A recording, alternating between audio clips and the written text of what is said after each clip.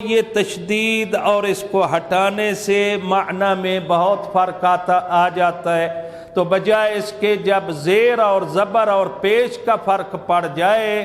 تو بہت معنی تبدیل ہو جاتا ہے۔ لہٰذا یہ توجہ دلائی جاتی، بڑے بڑے بندے ہوتے ہیں،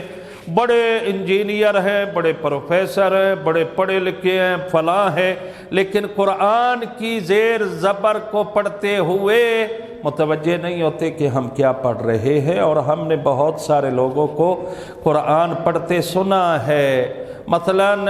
ایک دفعہ ہم شیخ انصاری کی مسجد میں درس پڑھ رہے تھے، تو وہاں عرب آدمی،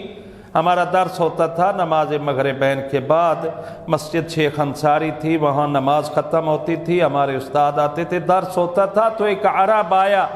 ذرا تاخیر سے، اس نے نماز پڑھنا شروع کر دی۔ حاجی صاحب تو وہ ایاکا نہیں پڑھ رہا تھا، ایاکے پڑھ رہا تھا، اور کے مطابق اللہ مذکر نہیں مؤنث بن جاتا ہے، تو یہ بہت بڑی غلطی ہوتی ہے، معنی چینج ہو جاتا ہے۔ یا جیسے انعمت، آپ سورہ الحمد میں پڑھتے ہیں انعمت،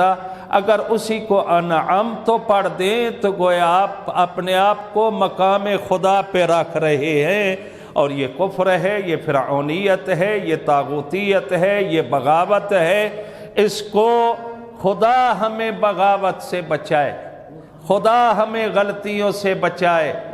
اللہ شاید ہے، بڑے بڑے لوگ دعویٰ کرتے ہیں میں یہ ہوں، مجھے سارا قرآن بھی آتا ہے، ترجمہ بھی آتا ہے، لیکن جب باقاعدہ طور پہ ان سے کہا جائے کہ 10 منٹ کے لیے قرآن کا ترجمہ تفسیر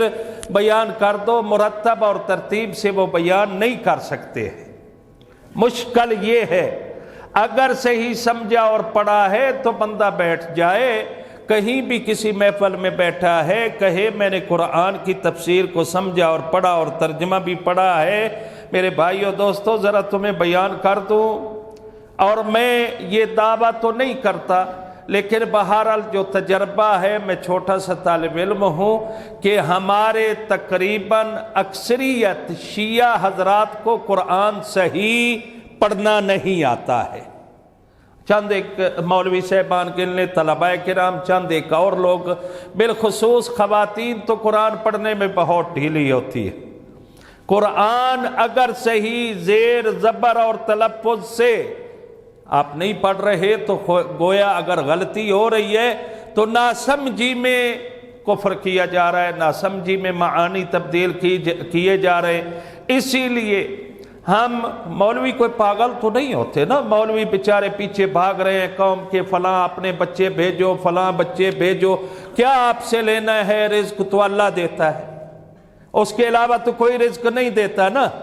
نہ ہی زبردستی ہم نکال سکتے ہیں۔ آپ کو یہی کہہ سکتے ہیں، آپ سے میری مراد ہے پوری قوم شیعہ، معذرت چاہتا ہوں، پوری قوم شیعہ، بھائی آپ کا بچہ ماشاءاللہ چلتا پھرتا انگلش میڈیم سکول میں ہے، شاہ صاحب ذرا اس کو مسجد بھی بھیج دیں، شارٹ کورس میں بھیج دیں، قرآن کے لیے بھیج دیں، فرمان معصوم کے لیے اس کو پتہ چلے کہ اس کے چھٹے امام، پہلے امام، دوسرے تیسرے ائمہ نے کیا فرمایا ہے، اس کو پتہ تو چلے، جن کے پیچھے وہ چل رہا ہے کہ وہ اس سے چاہتے کیا ہے، قرآن کیا کہتا ہے یہ بھی تو اس کو پتہ چلے۔ یقین کریں، آپ یقین کریں، حیرانگی ہوتی ہے۔ ایک بہت بزرگ آدمی یہاں آئے تو جب ان سے پوچھا گیا کہ آپ قرآن، نماز، اس نے کہا میں نے سیکھی ہی نہیں۔